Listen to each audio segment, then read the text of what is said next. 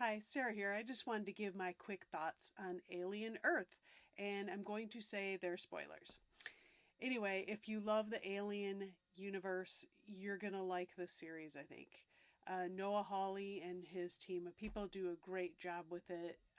You immediately are right there in the universe. They take you right there. The opening scenes are an homage to the first movie, just the way they have the pods, the cryo sleep pods, and how they open up and the people coming out of them. And then they do this great, like, where they're sitting around a table eating, which is just a straight up homage to the first movie. It puts you right into that universe, gives you the right aesthetics that you want. I mean, the looks, the sounds, just very like they capture that 70s sci-fi thing, which I love because I love like 70s sci-fi anyway. So they do a really good job of capturing that, and you're right there. They've got every little detail, I think, is right. It's just really good. You can just tell, like, this show very much feels kind of like a labor of love as well as just something done very well. Uh, then we go to, I'm not going to get too much of the details that happen. I'm kind of going to give my highlights of things I liked about the episodes.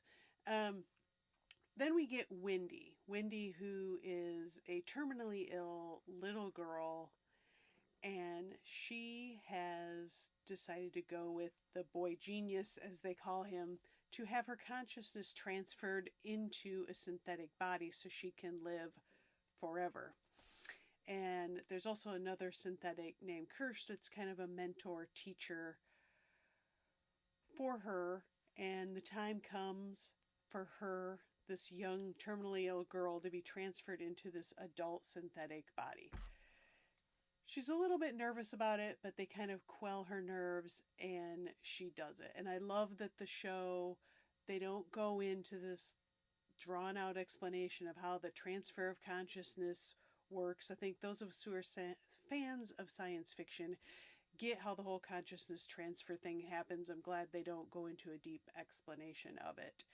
And later on, they bring some other children to the island that are also terminally ill, and they also transfer them to new bodies. And the way that it's shot, where they do that, is really cool because it shows Wendy standing there and it shows the next kid laying on the table next to his synthetic body.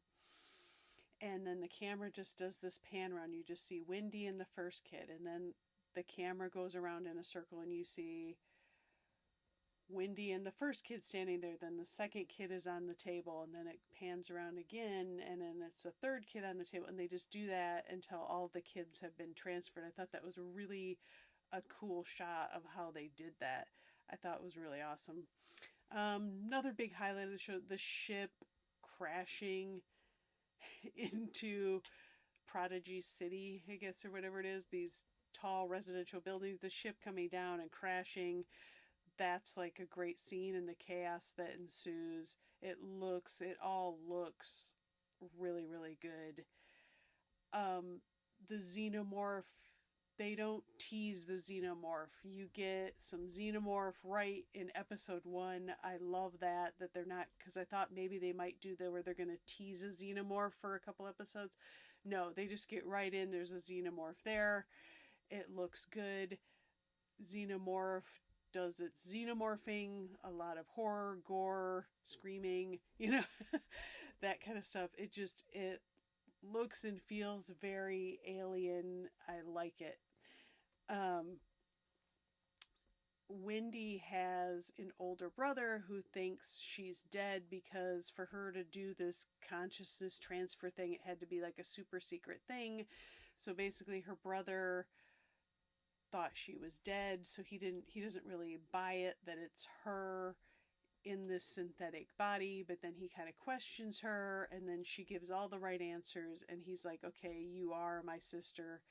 And they have this really touching moment that is really a good part of both of these episodes. There's a lot of smart use of time and space, I think, in this episode. Like the very beginning of episode 2, they have like the title card, but they're showing you scenes of the first kind of doing a first episode recap while they're showing you like the title card for season 2, which I thought was really clever and a great use of time. I think overall, it's like I said, if you like Alien, you're gonna like this show. You're gonna really like the show if you like Alien. There's not really a big forward movement in the plot. The first 2 episodes are very much, establishing the world, establishing the characters, kind of establishing what the story is, what you get a feel of what the story is going to be. It's all done like very well. It's all filmed beautifully. Everything looks good. Everything, the timing and the pace and the use of time and space is all just spot on, and I can't wait for the next episode, and I will be back to talk about it next week. See you then.